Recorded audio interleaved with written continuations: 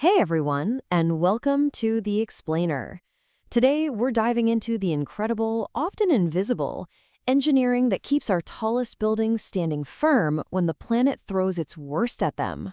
Okay, so let's just jump right in with the big question.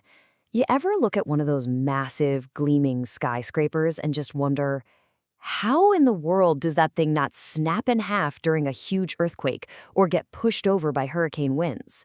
It seems to defy physics, right? Well, the secret isn't just about making the building stronger or more rigid. In fact, sometimes that can make things even worse. The real genius here is a clever shift in thinking.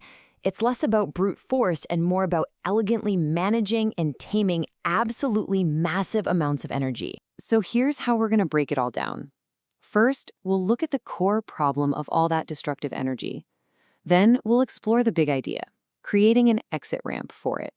We'll check out the different kinds of dampers engineers use, see how they're protecting our skylines right now, and finally, peek into the future of this amazing technology. All right, first things first, the problem itself.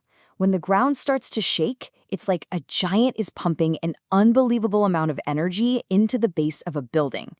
All that energy has to go somewhere. And for engineers, the question is, where do you put it so it doesn't tear the building apart? Now, the traditional way to handle this is kind of wild when you think about it. For a long time, buildings were designed to survive by breaking, but in very specific, controlled ways. Certain points in the frame were designed to bend and deform permanently, soaking up the energy. The building would stay standing, but it would be so damaged it was often a complete write-off. This whole sacrificial approach got engineers thinking, there has to be a better way. Instead of forcing the building's own skeleton to take all the punishment, what if we could build it in an off-ramp? A dedicated path where all that destructive energy could go and just safely burn itself out. And this really shows that fundamental shift in thinking. On the one hand, you've got the old way, where the structure itself takes the beating and gets damaged. But on the other, you have this new approach. You add a special device, a damper, that acts like an energy sponge. It soaks up the shaking, leaving the main structure safe and sound. There's this fantastic quote from two of the pioneers in this field, Paul and Marsh, from way back in 1982. They said, the goal is to slow down the motion of buildings by braking rather than breaking. I mean, that just nails it, doesn't it? It's about control, not distraction. So these devices are officially called passive energy dissipation systems. The key word here is passive. Think of them as shock absorbers for a skyscraper. And the coolest part? They don't need any electricity or external power. They literally use the building's own swaying and shaking to do their job. Okay, so how do they actually pull this off? Well, it turns out there isn't just one magic solution. Engineers have a whole toolkit filled with different types of these dampers, each perfect for a different kind of job. First up, we've got metallic dampers. And the idea behind these is something you've probably felt with your own hands. You know how when you take a paper clip and bend it back and forth, over and over, it gets hot, right? That heat is energy being released. These dampers do the exact same thing, just on a huge scale. Special steel plates are designed to bend, turning that earthquake energy into harmless heat. When you graph its performance, you get this fat, looping parallelogram shape. The wider that loop, the more energy it's successfully eaten up. All right, tool number 2 in the kit, friction dampers. These use a force that, well, you rely on every single time you get in a car. This is basically like putting brake pads inside a building's frame. You have these special surfaces clamped together, and during a quake, they're forced to slide against each other. That friction generates a ton of heat, turning motion energy into thermal energy. Simple as that.